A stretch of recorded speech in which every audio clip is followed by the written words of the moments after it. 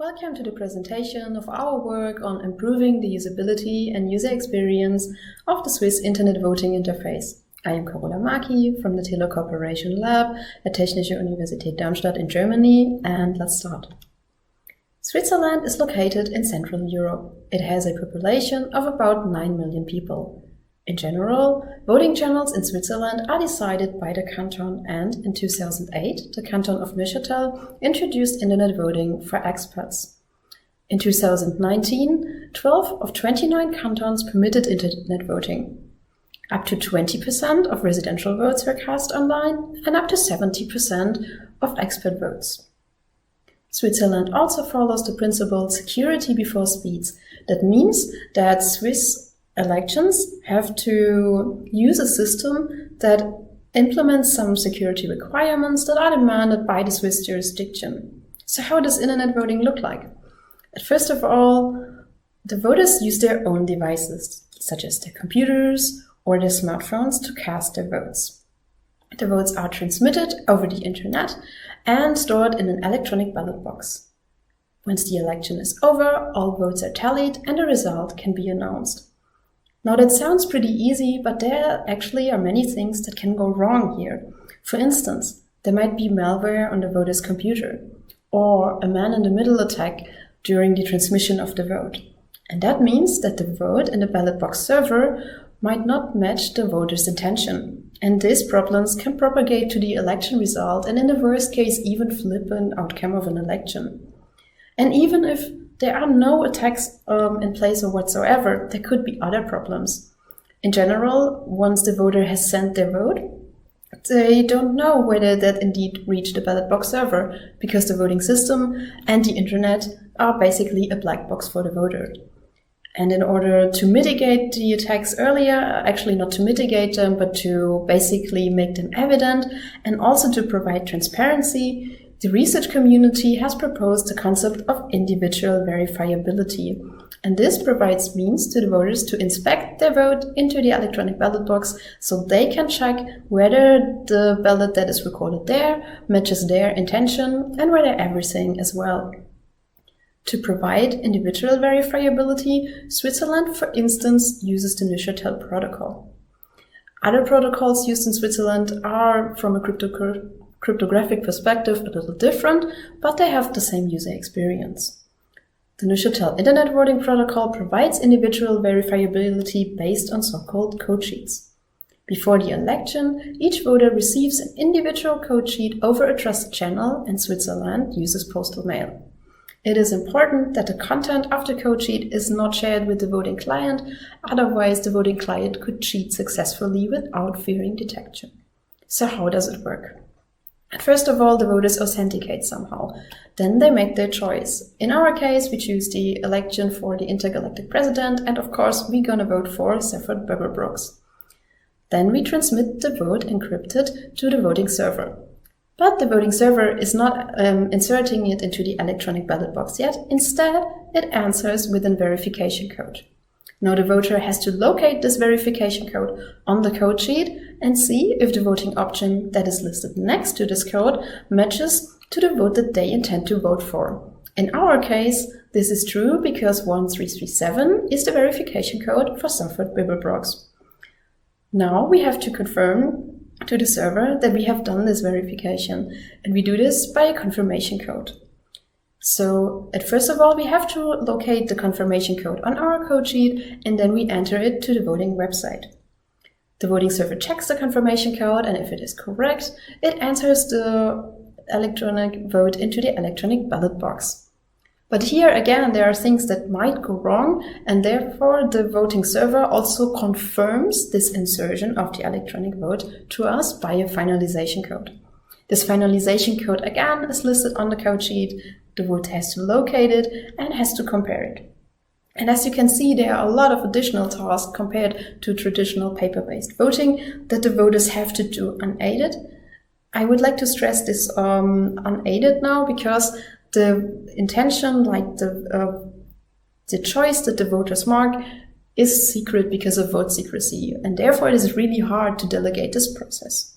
And this makes usability and user experience quite crucial. Because recall, all the possibilities that can go wrong, they will not be uncovered in case the usability is too bad that the user cannot use the verification mechanism.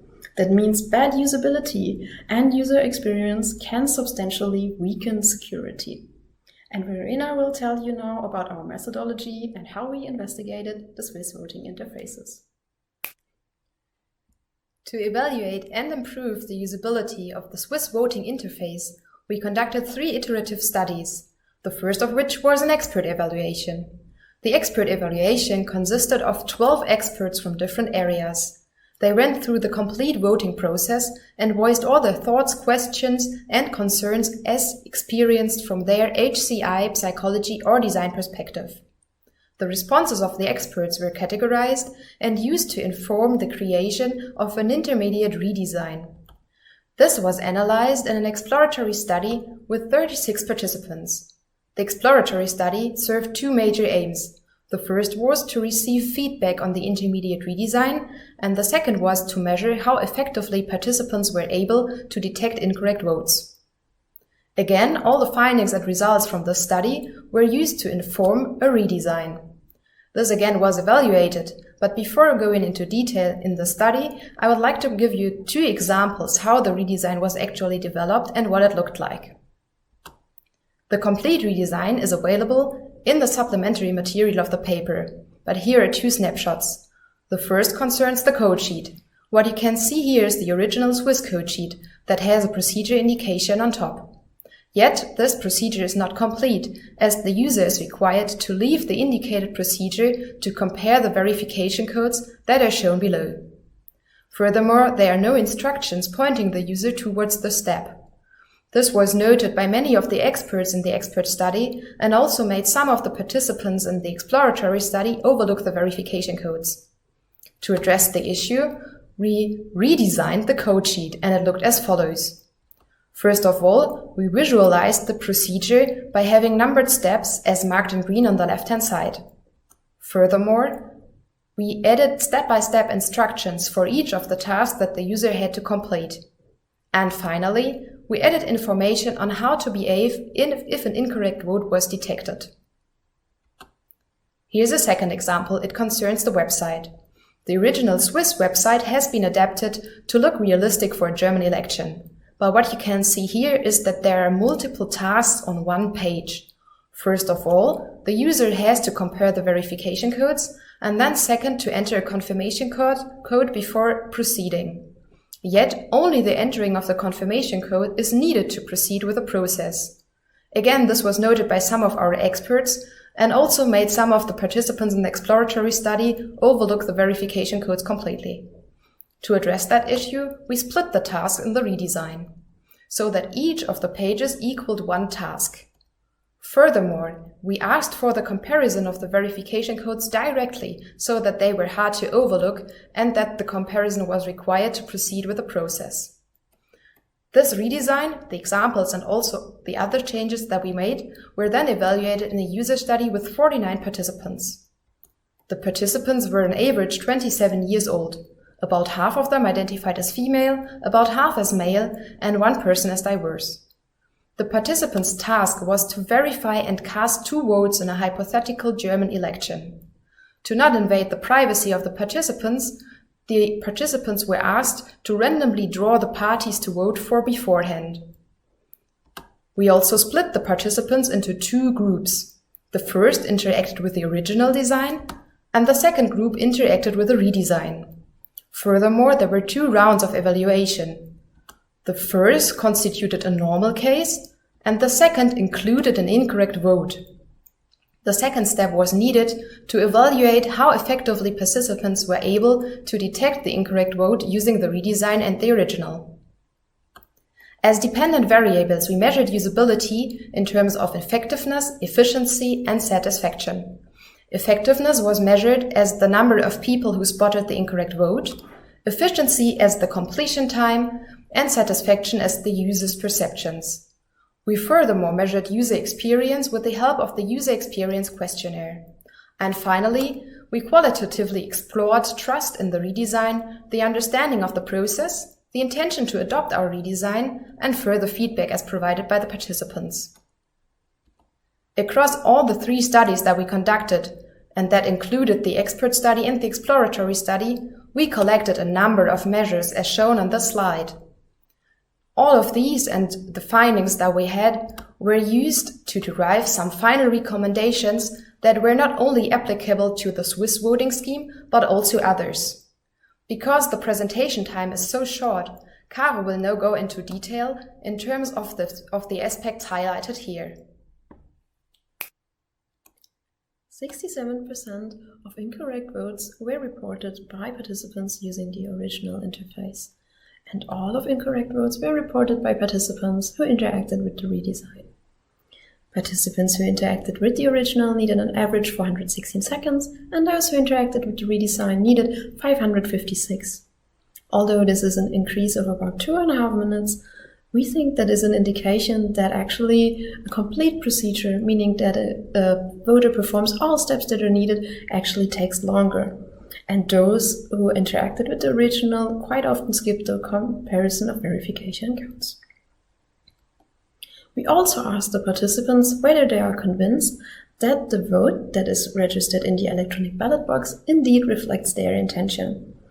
44% of participants that interacted with the original answered this question affirmatively, and 83% that interacted with the redesign did. In terms of user experience, I would like to report the results in perspicuity. Perspicuity means how easy it is to get familiar with the system and how easy it is to learn it. The original was rated 1.19 on a scale from -3 up to 3, and the redesign received better results in the form of 2.16. No point. Based on our 3 consecutive studies, we conclude with final recommendations that concern the design of internet voting systems in general. But first of all, it is very important to make clear to inform voters how to act in case of an incorrect vote. Voters who interacted with the original frequently didn't know what to do, and when we investigated their audio track, even sometimes if they spotted the incorrect vote, they just said, and now what? So it's important to place this information in many places, even if it seems to be redundant. As second, it is very important to only ask one task per verification step, and this is also connected to our 3rd recommendation, which is it should be directly asked for the outcome of mental tasks. It is important not to overload the voters, and mental tasks cannot be assured. So we think by separating this one page that had these 2 tasks into 2 pages where the voters were directly asked for the outcome of the comparison of the verification codes, that was beneficial to ensure that the voters indeed fulfill this task. Recommendation number 4 means that it's important to provide complete verification information and instructions, and this does not only concern the voting clients, but any auxiliary material that the voters receive. Finally, it is important to include clear labels for verification data. That's something that wasn't part of this presentation yet. For instance, the finalization code, just the terminology finalization code, was perceived too technical by many participants, and they did not understand what it means. We also, in the paper, reported an alternative terminology that we investigated in our study, and we showed that this is more understandable to voters. Let me conclude the talk by saying that usability and user experience are critical for the security of internet elections. We developed a redesign for the Swiss internet voting that delivers significantly better results compared to the original. And we conclude with 5 general recommendations that concern internet voting systems in general. If you have any questions, you can send us an email or reach out to us via social media. And finally, I would like to show you the other talks of the Telecooperation Lab at KAI 20. Bye!